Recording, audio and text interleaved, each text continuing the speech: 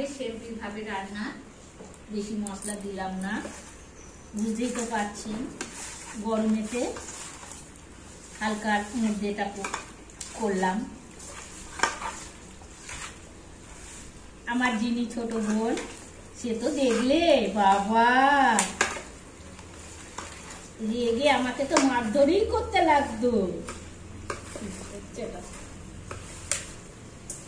তাই ও এখানে নেই বলে এটা আমরা হালকা করে চিকেনটা বানাচ্ছি, মশলাটা কম দিয়ে। বুঝতেই তো পারছেন গরমেতে হালকা খাবারটাই ভালো। এখন আমার বোন আসছে মুড়ি তরকারি নিয়ে, খাবো।